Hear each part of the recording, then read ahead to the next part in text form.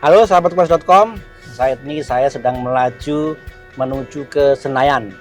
Di sana saya akan bertemu dengan salah satu tokoh kunci.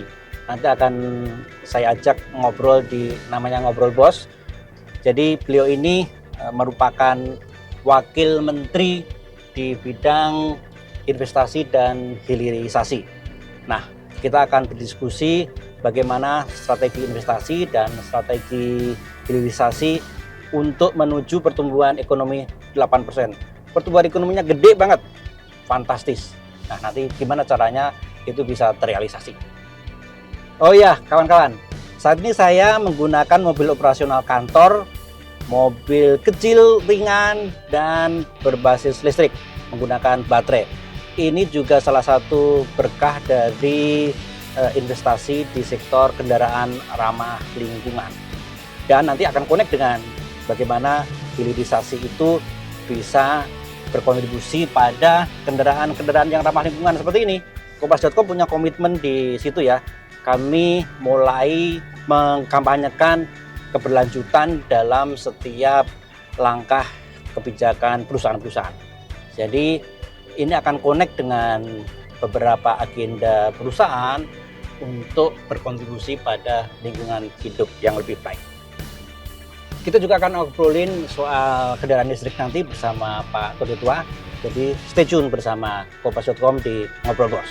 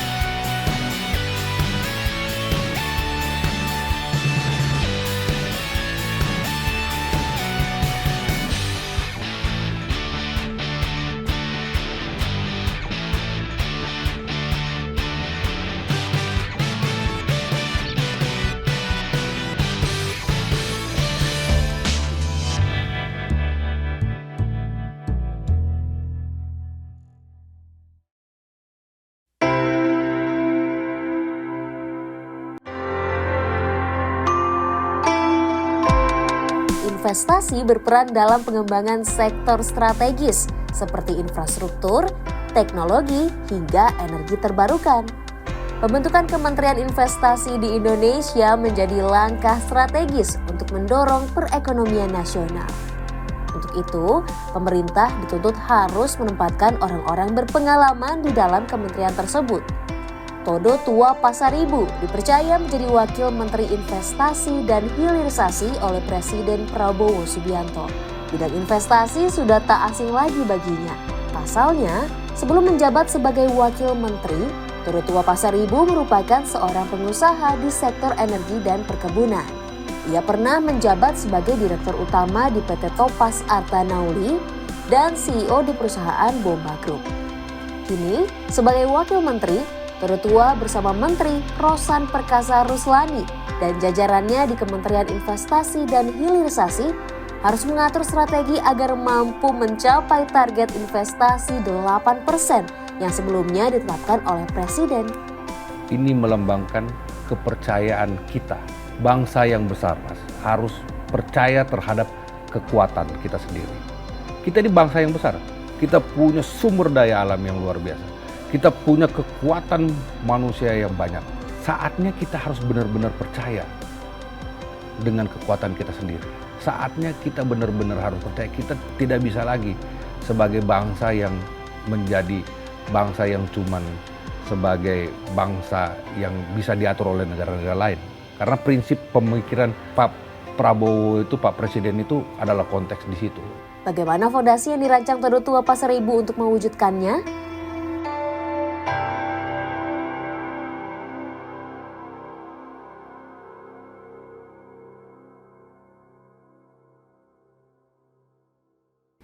Selamat datang di Ngobrol Bos, tempat di mana kita bisa ngobrol santai, mendalam, dan penuh insight.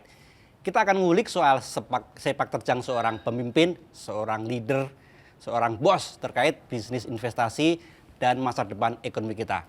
Saya Amir Sodikin, senang banget bisa menemani kalian di episode kali ini. Kali ini kita punya topik yang seru banget nih. Kita akan membahas tentang investasi dan yang sedang hot-hotnya nih. Yang kali ini bertebaran di mana-mana adalah soal hilirisasi. Sesuatu yang lagi hangat diperbincangkan dan nantinya akan punya dampak besar buat kita semua. Narasumber kita kali ini adalah seorang tokoh yang punya peran besar di balik strategi hilirisasi dan investasi di Indonesia. Beliau adalah Wakil Menteri Investasi dan Hilirisasi sekaligus Wakil Kepala Badan Koordinasi Penanaman Modal, Bapak Todotua Pasaribu. Halo Pak Todotua, apa kabar? Ini terlihat masih cerah gitu Pak ya, aura positifnya masih terpancar dan kayaknya habis dari penggemblengan di Akmil Magelang nih Pak ya. Siap, terima kasih Mas Amir, selamat pagi. Terima kasih, jadi memang setelah kami dilantik sebagai Wakil Menteri, memang ada kegiatan pertama yang dipimpin langsung oleh Bapak Presiden, yaitu kita dikumpulkan di Magelang selama kurang lebih 4 hari 3 malam. Jadi yang hadir di situ adalah seluruh menteri, wakil menteri, dan juga beberapa kepala badan, Kapolri, Panglima TNI. Jadi memang sebenarnya kegiatan itu sebenarnya adalah merupakan suatu kegiatan konsolidasi terhadap bentukan Kabinet Merah Putih sebagai kabinet baru, di mana kabinet ini memang secara konstruksinya adalah kabinet yang besar, terdiri dari kurang lebih hampir 50 menteri dan sekitar 50 sekian juga wakil menteri. 100 lebih ya Pak ya? Total keseluruhan kekuatan daripada tim Kabinet Merah Putih itu kurang lebih hampir sekitar 109 personel. Jadi melihat ini sebenarnya pendalaman yang diberikan oleh Pak Presiden adalah bagaimana agar supaya terciptanya harmonisasi antar sesama, tidak hanya bicara sesama menteri, tetapi menteri dan wakil menteri. Karena ada suatu harapan besar yang memang dipegang atau akan dipikul oleh kabinet ini, maka kunci utama sebelum memulai berjalannya kabinet ini, Bapak Presiden sangat menginginkan adanya konsolidasi koordinasi yang baik. Sehingga nanti ke depannya akan ada kerjasama yang baik antara sesama menteri, menteri dan wakil menteri, dan juga kepala-kepala badan terkait. Saya pikir itu, kita 4 hari 3 malam mungkin tidak seperti bayangan orang itu adalah penggemblengan di akademi militer, tetapi kita di situ adalah lebih kepada keakraban, bagaimana bisa adanya keselarasan, kebersamaan, penekanannya lebih kepada situ. Karena kami setiap hari mulai dari bangun, kita dikumpulkan untuk olahraga, pelatihan mengenai baris berbaris dan lain-lain. Yang saya lihat itu adalah sesuatu hal yang luar biasa, karena disitulah tanpa adanya melepaskan daripada positioning dan lain-lain, kita bisa bersama-sama, dan Pak Presiden dan Pak Wakil Presiden juga ikut di situ bersama-sama dengan kami. Artinya menciptakan keselarasan bersama. Dan setiap hari itu kegiatannya ada sarapan, kemudian pemberian materi, kemudian makan siang bersama, kemudian pemberian materi lagi, masuk pun sampai di malam kita ada kegiatan juga makan malam bersama. Saya pikir ini adalah sesuatu hal yang dimulai oleh Presiden dengan baik menurut saya. Begitu Mas Amir. Iya, ya. Dan salah satu yang ditekankan Pak Prabowo itu berada di pundak Pak Wamen ya Pak ya. Karena terkait satu hal yaitu hilirisasi. Dan sebenarnya sebelum ke situ Pak Wamen ini backgroundnya adalah seorang pengusaha, seorang CEO gitu Pak ya di Bumba Group. Ini intermezzo tapi mungkin penting ya, penting. Tadi saya menjadi saksi bagaimana Pak Wamen ini memberi briefing kepada staf dan Direktur saya. direkturnya, Iya. saya kok mendapatkan auranya Pak Wamen itu bukan aura birokrat, tapi aura seorang CEO yang sat-set gitu loh Pak ya. Iya, Itu iya. saya, Iya, ini iya. positif banget nih. Iya. Nah, ini kan bagi seorang korporasi yang backgroundnya korporasi, kemudian masuk ke birokrat. Seperti apa Pak transisinya? Ini pasti Iya. challenging gitu ya, Iya. bagi seorang CEO seperti Bapak. Iya. Silakan. Oke Mas Amir. Jadi memang kurang lebih 25 tahun ini portofolio saya memang ada di industri entrepreneur, pengusaha dan profesional sebenarnya. Terakhir saya memang memegang suatu korporasi yang bergerak di bidang energi, kemudian bergerak juga di bidang plantation, kemudian bergerak juga di bidang logistik. Kurang lebih memang kalau dalam perjalanan saya ini Mas Amir, hampir semua industri itu sudah pernah saya sentuh. Saya pernah ada di industri oil and gas, saya pernah ada di industri mineral, batu bara, kemudian saya juga pernah ada di industri logistik, dan juga saya pernah ada juga di industri telekomunikasi dan digital. Itulah sebenarnya yang menjadi roadmap portofolio saya. Jadi berbicara seperti Mas Amir sampaikan tadi, memang pada kesempatan pertama saya bertemu dengan Pak Presiden sendiri, pada saat itu memang kami di Kertanegara itu diberikan masukan dan kira-kira paparan dari Pak Presiden, khususnya saya sendiri pada saat itu disampaikan oleh Pak Presiden untuk diberikan penugasan menjadi wakil menteri di Kementerian Investasi, Hilirisasi dan BKPM ini. Maka pada saat itu memang jelas Pak Presiden menyatakan bahwa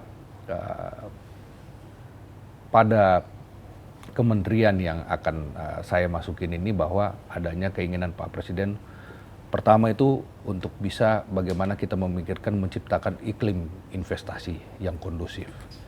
Iklim investasi yang kondusif ini sebenarnya adalah salah satu key factor kita untuk bagaimana bisa mensukseskan daripada aktivitas investasi itu sendiri. Kemudian yang kedua memang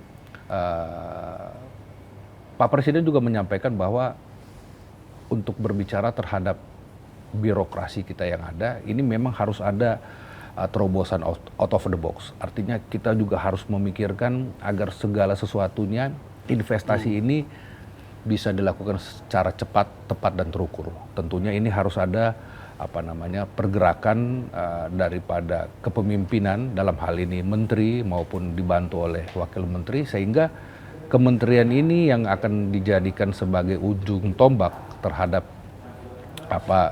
dunia investasi di negara kita, khususnya lagi apalagi sekarang ini konteks hilirisasi ini Mas Amir.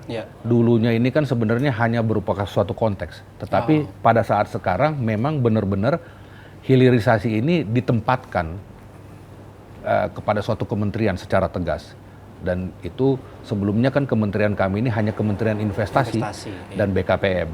Tetapi sekarang memang karena semenjak proses Pilpres, konteks hilirisasi ini adalah suatu konsep yang memang digaungkan oleh Pak Presiden dan Pak Wakil Presiden. Pada saat itu mereka masih sebagai calon presiden dan calon wakil presiden. Mereka mendorong ini merupakan suatu konsep yang adalah konsep yang bisa mendorong pertumbuhan energi.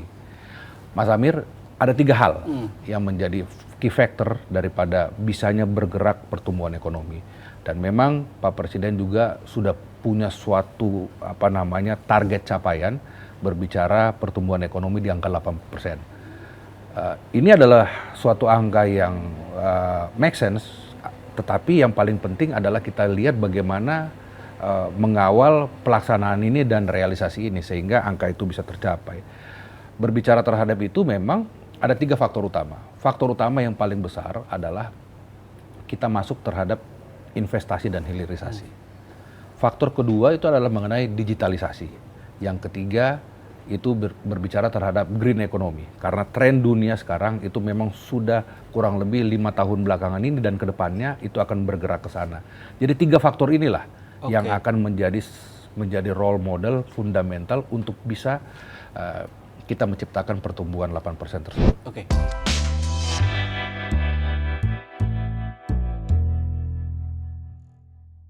Tadi Pak Wamen menyampaikan 3 hal yang menurut saya ini menarik nih, para stakeholder, terutama investor, kemudian dunia usaha, dan mungkin stakeholder di pemerintahan lainnya perlu menyimak ini.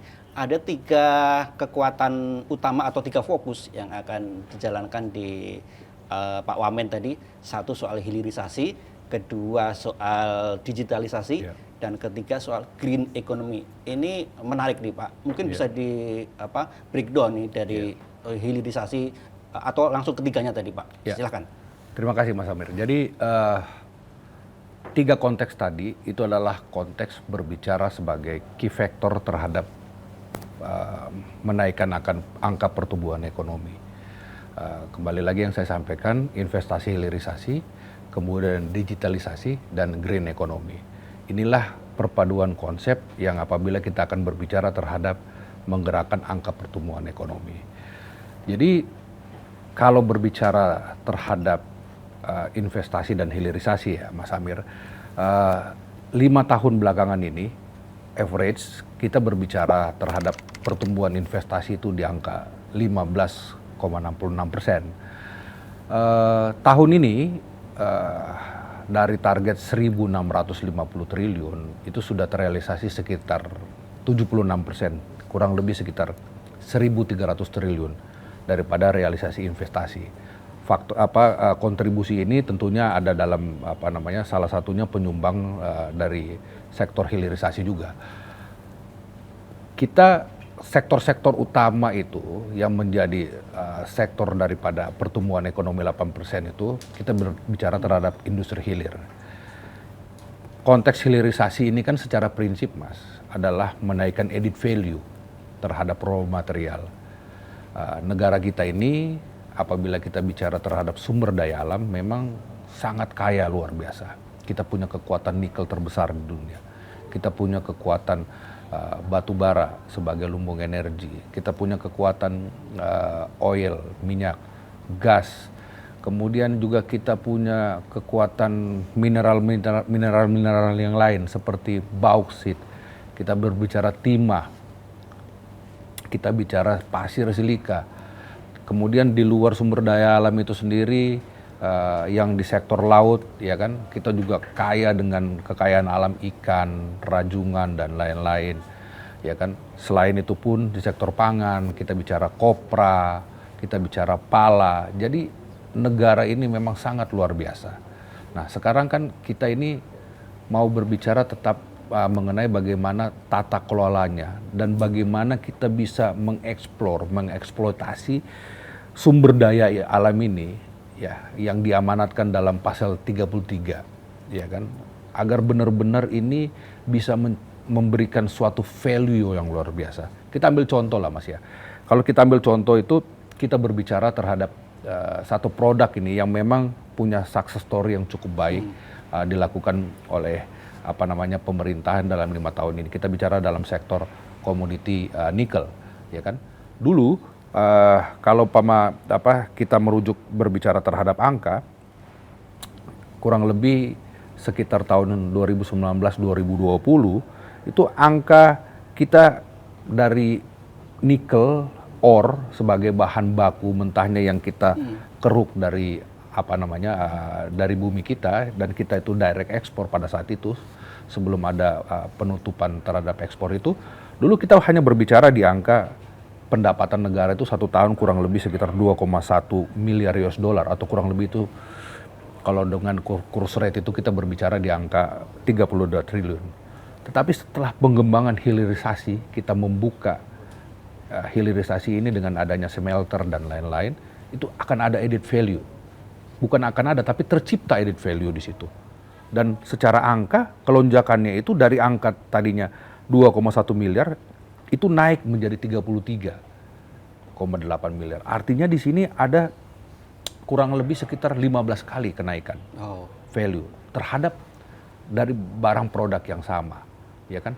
Atau secara angka rupiahnya dari 32 triliun itu naik jadi sekitar 500 triliunan. Itu belum kalau nanti kita meningkatkan fase ini Pak ya, hilirisasinya lebih jauh lagi ya. Kita sebutnya itu dengan tier. Tir ya. Ya kan, dari bahan baku raw material diambil dari alam, akan ada tier 1 seperti di nikel. Kemudian dari nikel ini juga akan sekarang sudah mulai masuk, kita dorong untuk masuk kepada industri baterai dan siklus populasi industri baterai yang ada di situlah.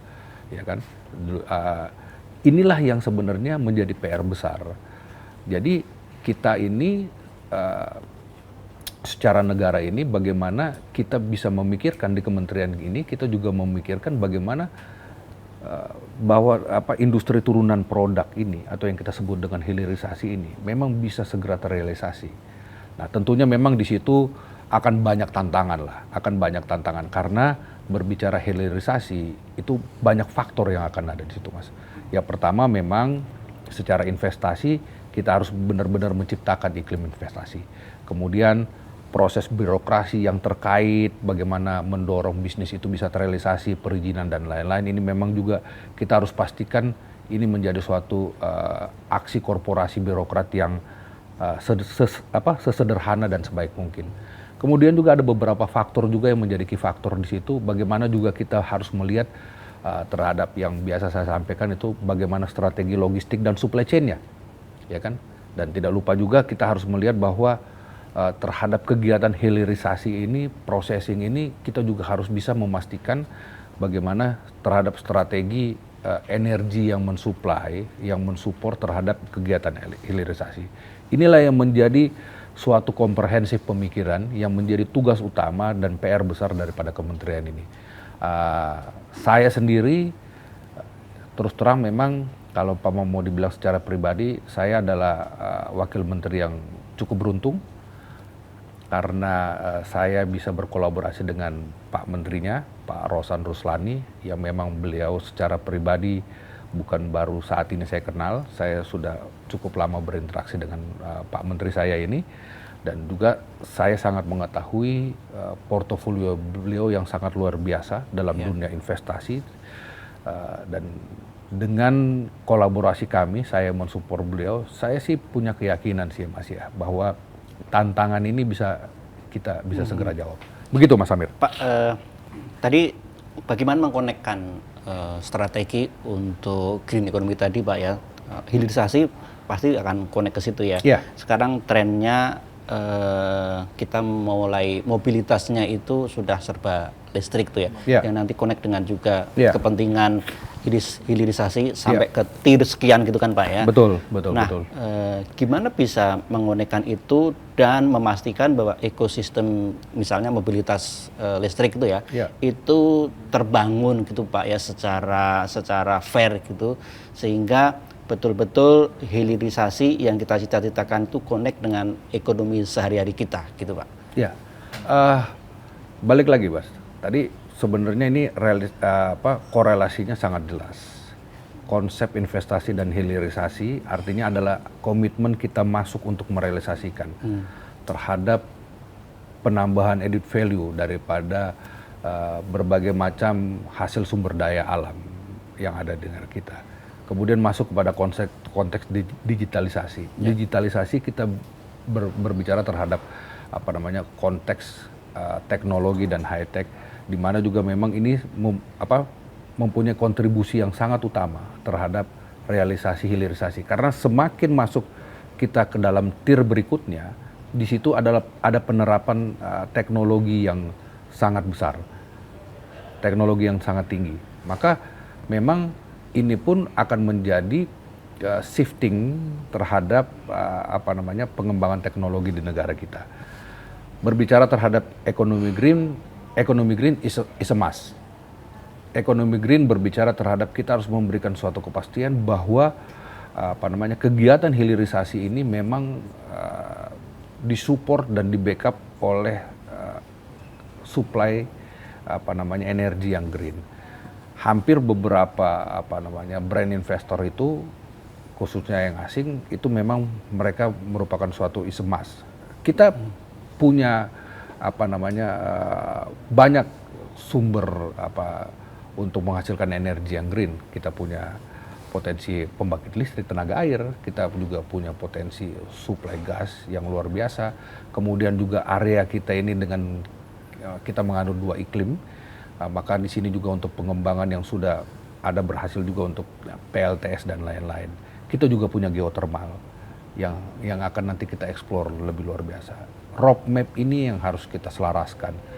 Roadmap berbicara terhadap di mana lokasi sumber daya alam tersebut, di mana lokasi sumber energinya, dan di mana juga lokasi titik logistik dan supply chain-nya. Kombinasi inilah yang nanti akan kita rampungkan, yang akan kita konsolidasikan sehingga ke depannya pelaksanaan investasi dan hilirisasi ini kita harus benar-benar memastikan realisasinya itu bisa terjadi dengan baik. Itu Mas Amir.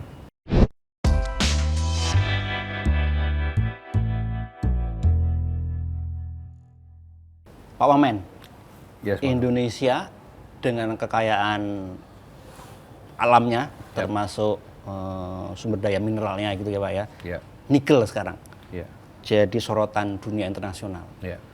Investor ada yang sedang kebakaran juga, bukan investor ya, tapi negara lain mungkin kebakaran juga ya, kebakaran jenggot gitu ya, karena kita punya ini ya, deposit yang mungkin gede gitu ya, yang itu mungkin bisa membahayakan mereka. Di sisi lain, para investor juga punya harapan besar ke Indonesia. Nah, sebenarnya apa yang ingin Bapak capai dalam meningkatkan daya tarik investasi Indonesia ini di kancah internasional, dan bagaimana cara melakukannya itu Pak, biar para investor internasional itu betul-betul yakin, firm bahwa Indonesia adalah tempat terbaik untuk mereka berinvestasi gitu Pak. Ya, terima kasih Mas Amir. Jadi kunci utama dalam berbicara investor asing itu bisa masuk untuk berinvestasi di negara kita, kunci utamanya itu adalah berbicara mengenai kepastian. Kepastian itu korelasinya berbicara bagaimana kepastian iklim investasi. Jadi benar-benar kita dalam hal ini pemerintah harus memberikan itu. Berbicara terhadap cadangan resources yang luar biasa, berbicara terhadap demand, kita adalah salah satu negara yang juga menjadi demand terbesar. Berbicara secara geografis teritorial, posisi kita sangat strategis. Jadi sebenarnya berbicara negara kita ini memang negara yang sangat-sangat layak untuk dilakukan investasi. Resources-nya di situ ada, energinya di situ ada, demand-nya di situ ada, dan positioning-nya kita sebagai interline daripada East to West-nya itu juga jelas. Nah, kunci utama apabila kita bisa mendorong masuknya investasi ini adalah berbicara kepastian. Kepastian ini Mas, dalam dunia investasi itu kita berbicara apabila mereka masuk, regulasinya seperti apa, perizinannya seperti apa. Nah, Kementerian Investasi dan Hilirisasi ini memang adalah kementerian yang menjadi pintu utama. Di situ ada BKPM, Badan Koordinasi Penanaman Modal. Di situ ada berbicara pelayanan satu pintu terhadap perizinan. Jadi ini semua sekarang Mas, dari semua kementerian-kementerian yang terkait terhadap dunia investasi itu sendiri, itu semua perizinannya ada di kami. Kami membuat dalam suatu sistem OSS. Nah, review daripada ini memang kurang lebih ada beberapa catatan yang harus kita berikan kepastian. Ini perizinan kita harus benar-benar pastikan agar supaya masa perizinan ini mulai daripada mengapply sampai perizinan itu keluar, itu ada kepastian waktu, ya kan? Nah, dari sini memang kita sekarang ini mendorong dalam konsep suatu yang namanya fiktif positif, Mas. Apa itu fiktif positif? Fiktif positif itu adalah suatu konsep yang memberi kepastian kepada si pelaku usaha itu sendiri terhadap kepastian waktu, ya kan? Jadi kita juga sebagai regulator ini harus tertib. Kita harus memberikan kepastian mulai dari mereka mengapply, ini kita berikan certain waktu, ini berbicara terhadap service level assessment atau service level agreement yang kita berikan. Jadi kita harus memberikan performa waktu agar benar-benar perizinan ini benar-benar bisa waktunya bisa tepat kita berikan. Nah, nanti kita akan lihat Mas, apabila ada prosesnya di situ yang delay terlambat, itu nanti pada akhirnya dalam waktu yang sudah ditetapkan itu perizinannya langsung akan keluar. Itulah konsep fiktif positif. Perizinan ini kan pasti akan keterkaitannya dengan kementerian-kementerian teknis terkait. Dan di situ sudah ada masa waktu yang ditetapkan. Apabila pun di situ review assessment dari kementerian-kementerian terkait tersebut terjadi delay, maka izin itu langsung keluar. Nah, inilah konsep fiktif positif, inilah yang memberikan kepastian. Nah, kembali lagi bahasanya itu, kepastian terhadap si pelaku usaha itu, baik dari dalam negeri maupun luar negeri, untuk kepastian waktu perizinannya, waktunya akan keluar kapan. Gitu. Jadi kita memastikan apapun itu, waktu yang sudah ditetapkan akan terjadi realisasi daripada perizinan itu sendiri. Itu adalah konsep utama. Itu pula yang saya pikir adalah isu utama yang disampaikan oleh Bapak Presiden. Tolong, bahwa pada saat itu tolong kalian di Kementerian Investasi yang juga merupakan memegang pelayanan servis satu pintu, itu pastikan tidak ada lagi birokrasi yang bertele-tele. Orang mengurus izin sampai bertahun-tahun, ya kan? Jadi mungkin dia belum berinvestasi karena menunggu waktu perizinannya sudah sangat lama, bisnisnya sudah berubah, gitu, ya kan? Nah, inilah yang harus kita pastikan. Apabila iklim ini, kepastian ini bisa kita ciptakan di negara kita, dan juga seperti yang saya sampaikan tadi, mitigasi terhadap segala sesuatu keterkaitan dengan masing-masing konsep ini, hilirisasi ini bisa kita lakukan dengan baik. Saya yakin dan percaya investasi itu akan benar-benar masuk secara besar-besaran. Oke. Iya. Tadi kelihatannya mungkin yang belum punya background terkait apa yang disampaikan Pak Wamen tadi mungkin dianggapnya sebagai ini ya, normatif. Tapi sebenarnya ini luar biasa kalau kita tahu backgroundnya. Mungkin saya kasih backgroundnya ya, mudah-mudahan connect dan pas ya boleh, Pak ya. Boleh. Jadi kalau dari sisi pemberitaan di kami misalnya ya, memang ada background walaupun Kementerian Investasi dan Hilirisasi PKPM gitu ya, sudah mencanangkan servis satu pintu gitu ya. Beberapa memang ada keluhan, dan keluhan ini karena ada di pihak lain yang ternyata setelah sekian bulan gitu ya, ternyata perizinannya belum keluar. Betul. Pak Wamen nggak perlu komen nanti biar tidak meng-attack kementerian lain ya. Tapi di background jurnalis biasanya kami memahami bahwa sudah susah payah kementerian yang satu membuat sistem satu pintu dan berupaya untuk mempercepat perizinan, tetapi ada kementerian yang ternyata izinnya belum kelar gitu Pak ya. Ini tadi nilai strategisnya yang disampaikan Pak Wamen, beliau akan meng-cut itu, jadi nggak jadi kalau sudah sesuai waktunya, maka itu izin harus keluar. Ini mau dijamin dari Kementerian Pak Todung ya. Ya. Jadi menurut saya ini luar biasa, dan kalau bisa diterapkan, ini sangat ini ya, melegakan investor ya. Karena selama ini mereka seperti tersandera gitu ya Pak ya. Satu pihak Pak Presiden sudah bilang percepat gitu ya, tapi ada yang ngerem gitu ya. Nah, gimana ini nanti Bapak bisa mensinkronkan dengan kolega-kolega Bapak di kementerian lain gitu Pak ya, biar ayo ini betul-betul dipercepat gitu ya. Jangan ditahan gitu ya, karena memang kalau sudah sesuai dengan requirement dan sesuai dengan hasil pengkajian ya harusnya go gitu kan Pak ya. Silakan. Saya mau berbicara begini Mas Amir. Memang kembali lagi, kementerian kami ini sebagai fungsi BKPM-nya, Badan Koordinasi Penanaman Modal. Di situ juga ada melekat mengenai perizinan satu pintu. Ini memang sesuatu hal yang menjadi tanggung jawab yang besar. Bagi saya sih sebenarnya, karena saya selama ini ada di dunia korporasi, kritik yang membangun itu nggak ada masalah. Kita tidak perlu menutup-nutupkan hal yang memang kalau itu harus ada, kita lakukan perbaikan. Mas Amir, mungkin saya mau sedikit berbicaranya begini. Ada 10 juta kekuatan pelaku usaha menengah ke bawah di negara kami ini. Di negara kita ini. 90%-an kurang lebih 9 jutaan itu adalah pelaku UMKM. Bisa kita bayangkan kalau umpama kepastian-kepastian ini waktunya terdelay panjang, itu padahal pelaku usaha UMKM ini membutuhkan kepastian, izin apotik, izin dan lain-lain. Semua perizinan ada di seperti itu.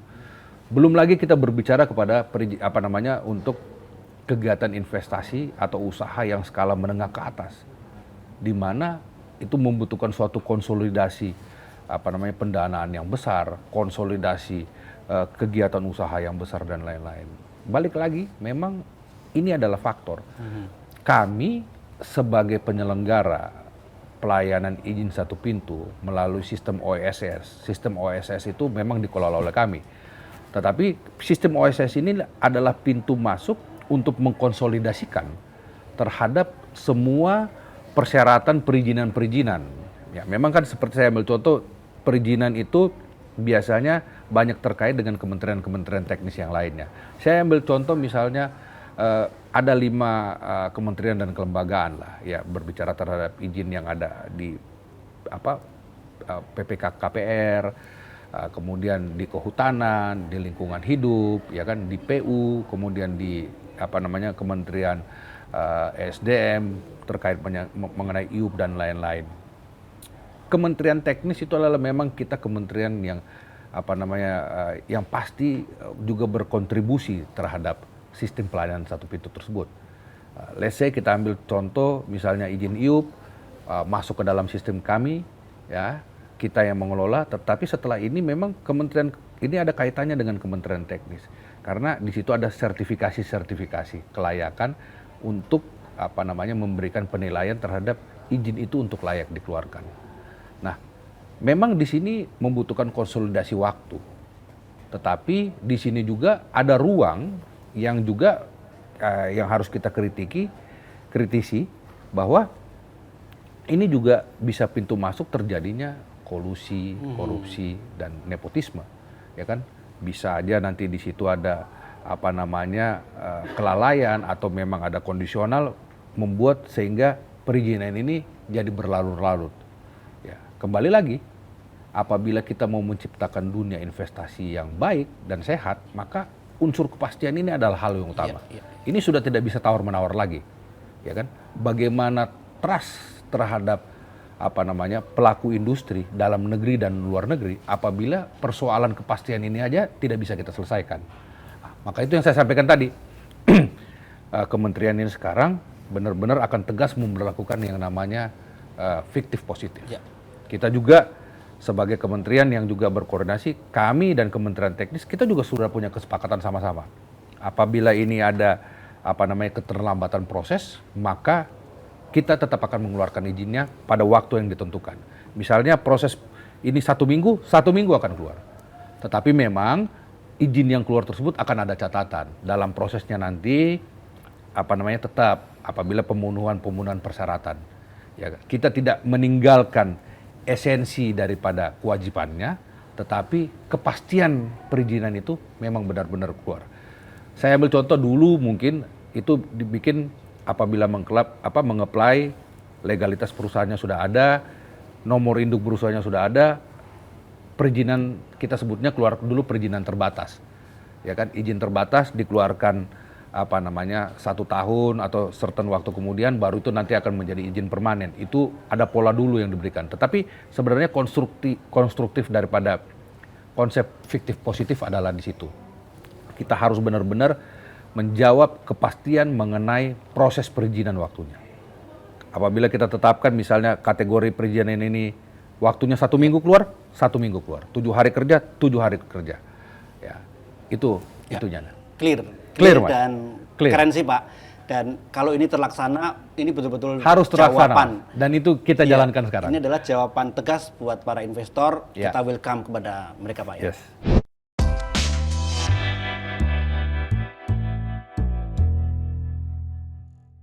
Pak Wamen, kita Ya. tadi sudah bicara banyak soal terutama mineral gitu ya. Nah, saat yang sama Pak Presiden itu menekankan kita akan swasembada dan kita akan berdikari untuk pangan. Pangan. Nah, nanti Ya. gimana Pak untuk konteks di Kementerian Bapak ini untuk Ya. pangan ini? Jadi berbicara mengenai konteks kekuatan pangan ini memang adalah pemikiran Bapak Presiden kita semenjak beliau waktu itu masih menjadi Menhan. Jadi memang secara tegas memang benar nanti ke depannya kita akan buka, pemerintah akan membuka area-area strategis yang untuk mendukung kekuatan ketahanan pangan. Berbicara terhadap pangan ini Pak, ada beberapa faktor yang masuk dalam konteks hilirisasi. Kita bicara dalam sektor perkebunan, ada beberapa komoditi, jadi kita itu memang sudah menyiapkan 28 komoditi strategis yang akan menjadi sasaran investasi dan sasaran hilirisasi. Dari 28 komoditi ini, salah satu penyumbangnya itu dalam sektor pangan, perkebunan, dan pertanian.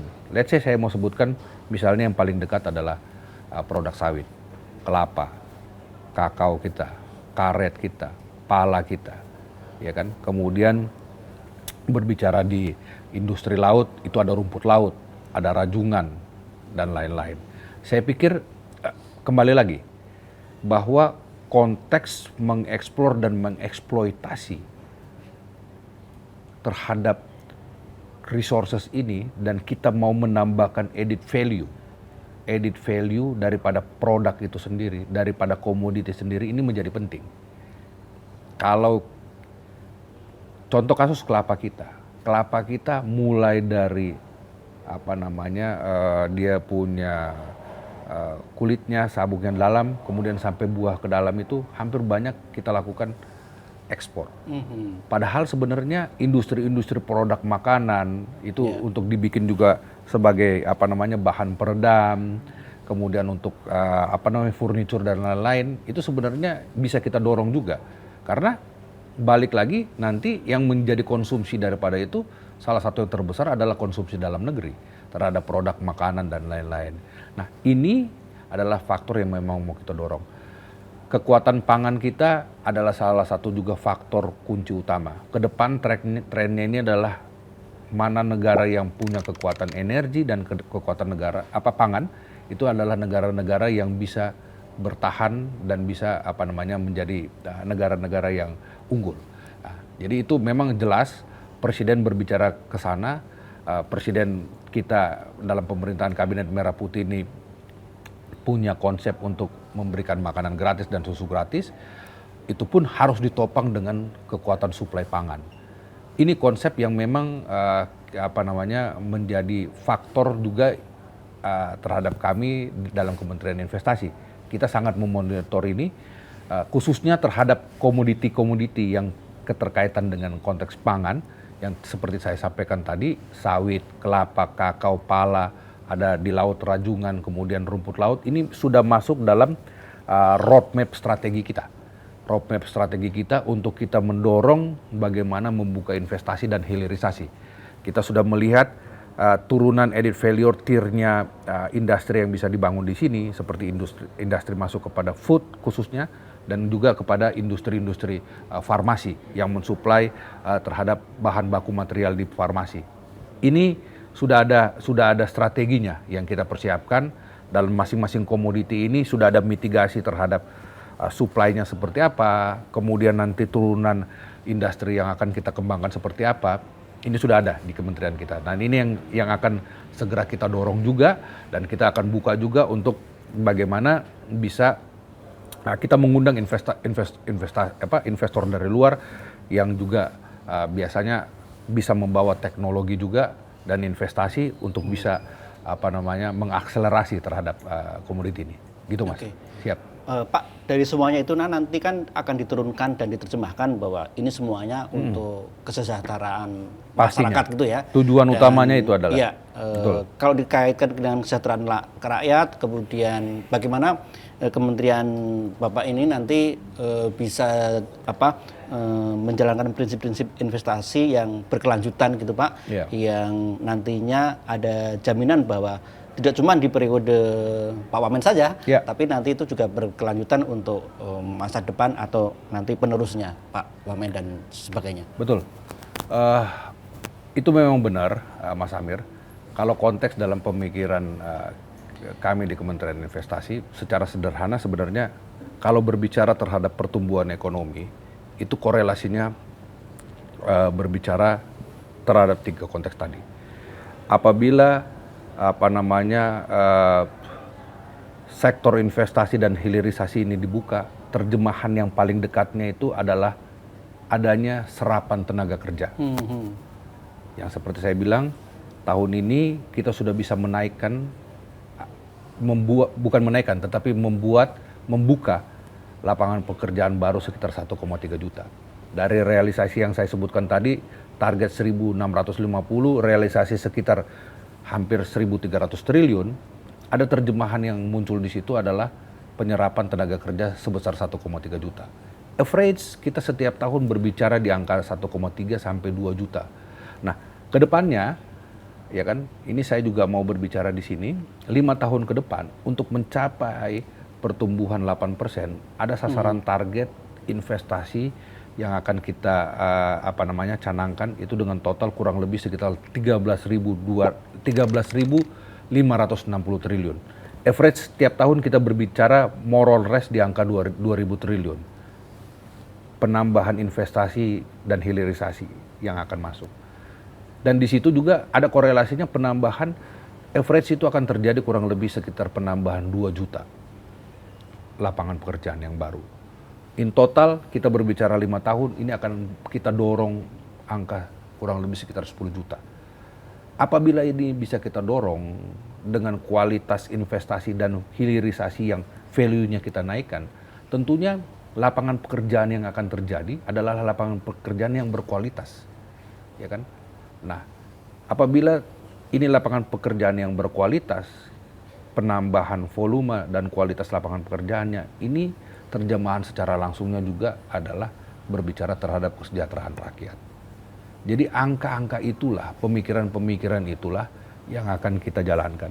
Nah, berbicara terhadap yang disampaikan oleh Mas Amir tadi,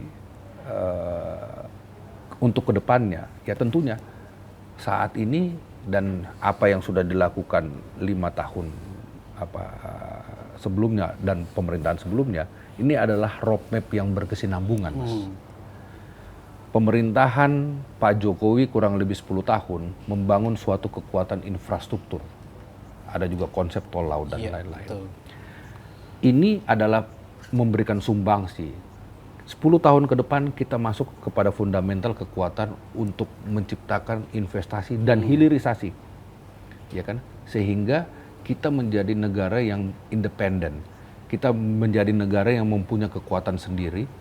Tidak hanya berbicara kekuatan resources, tetapi kita juga sudah masuk terhadap kekuatan produk.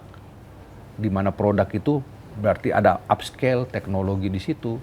Ya kan, ada penerapan pembukaan lapangan kerja yang baru di situ. Kita juga sudah harus ke depannya itu mungkin tidak men-stop, tetapi memang secara besar-besaran mengurangi impor, khususnya terhadap kebutuhan konsumsi dalam negeri. Itu targetnya. Konsumsi dalam negeri harus kita pastikan kita bisa kelola dalam negara kita sendiri, di mana bahan bakunya di kita, dan sehingga menjadi produk jadi yang bakal untuk dikonsumsi, semua kita lakukan di negara kita. Disitulah yang akan menjadi fundamental kekuatan untuk kita berbicara konsep menuju Indonesia Emas. Saya pikir itu, Mas. Secara generalnya konteks pemikiran, dan itu yang akan yang menjadi suatu konsep role model daripada presiden kita saat ini, Bapak Prabowo, dengan wakil presiden Pak Gibran. Pak Prabowo dan Pak Gibran, saya pikir mereka adalah 2 orang yang sangat serius untuk melihat saatnya negara kita ini untuk benar-benar maju dan menjadi negara yang besar. Itu. Ya.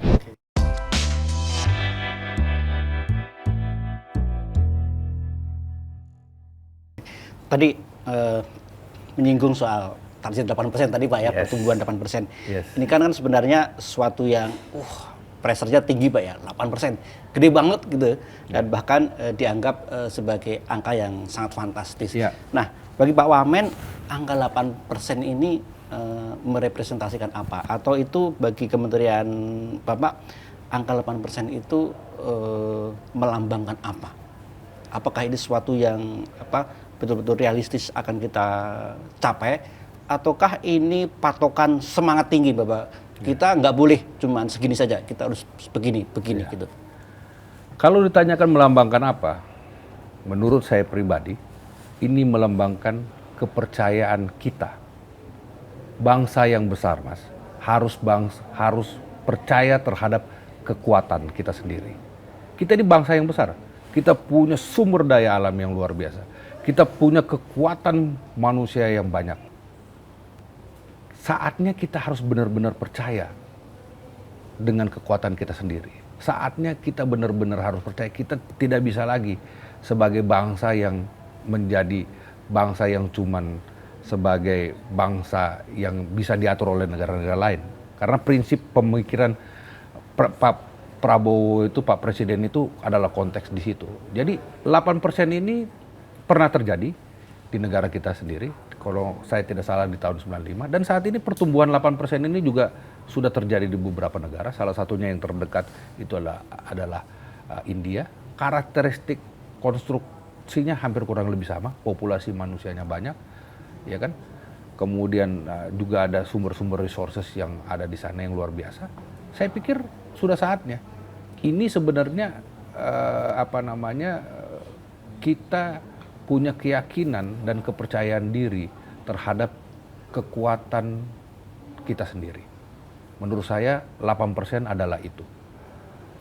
Tinggal ke depannya yang akan kita lihat bagaimana angka 8% ini benar-benar angka yang bisa kita kawal dan realisasikan dengan pasti. Itu tadi yang sebelumnya kita sudah sampaikan, beberapa key factor-nya itu yang harus kita siapkan.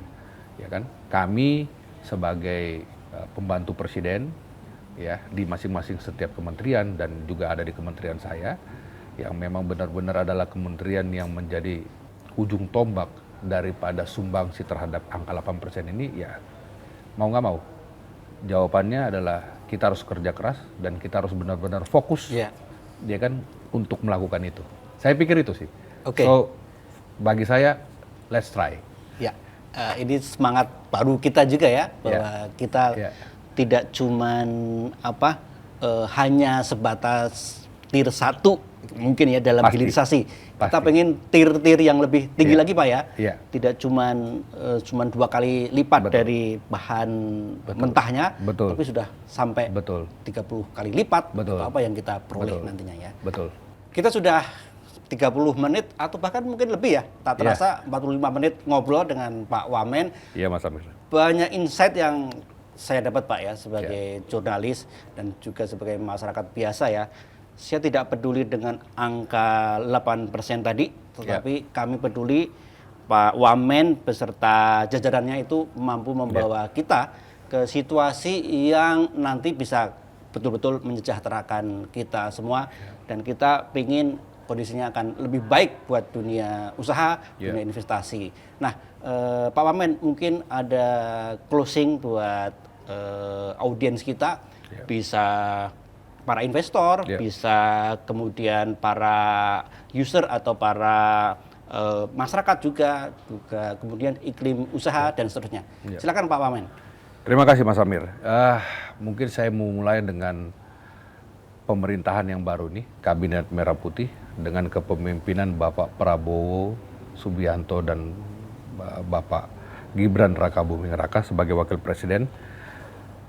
Karena saya juga adalah bagian daripada tim kampanye yang mengikuti kedua orang ini dalam proses Pilpres sehingga memenangkan Pilpres, dan saya juga benar-benar saat ini masuk sebagai bagian daripada pemerintah dalam kabinet merah putih ini, satu hal yang saya mau katakan, di situ memang ada semangat yang luar biasa, ada keinginan yang luar biasa daripada kepemimpinan ini untuk benar-benar mau membawa bangsa ini benar-benar maju dan hebat dengan kekuatan di atas kaki kita sendiri.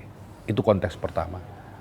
Kemudian berbicara terhadap kementerian kami sendiri, saya juga mau berbicara bahwa Bapak Menteri saya, Pak Rosan Ruslani, dan saya pribadi, kami berdua ini adalah orang yang punya roadmap portofolio yang baik selama ini di dunia swasta. Tentunya pada saat kami diminta untuk bekerja terhadap pemerintah, ini ada satu pertaruhan reputasi yang yang harus kami jaga benar-benar. Dari konteks semua yang kami sampaikan tadi, kita selama ini adalah pelaku. Khususnya saya pribadi adalah pelaku di dunia usaha. Kita tahu bagaimana persis memulai usaha itu dan bagaimana merealisasikan usaha itu. Karena secara pribadi saya mungkin juga punya portofolio menjalankan investasi. Saya sudah pernah punya portofolio menghidupkan 3 pembangkit listrik, membuka area perkebunan dan kegiatan pelabuhan dan lain-lain. Kita tahu persis apa yang menjadi tantangan di situ. Mudah-mudahan kami masuk ke dalam ini memberikan kontribusi yang baik. Kita ini mungkin kalau saya dengan Pak Menteri untuk urusan pribadi kita sudah selesai. Saatnya kita memberikan kontribusi kepada negara. Ya kan? Kita memberikan kontribusi kepada negara dengan reputasi yang kita miliki selama ini di dunia swasta, di dunia entrepreneur, di dunia profesional. Tentunya kita datang ke dalam kementerian ini untuk memberikan kontribusi yang baik kepada negara. Yang saya sampaikan tadi, bagaimana kita benar-benar menciptakan iklim investasi yang kondusif, karena kita tahu dengan persis apa sih yang menjadi kerisauan atau apa sih yang menjadi mitigasi bagi dunia industri, bagi dunia investor untuk masuk berinvestasi di negara kita. Maupun bagi pelaku-pelaku investor yang ada di lokal. Kita tidak mau kekuatan investor yang ada ini malah memilih berinvestasi di negara luar.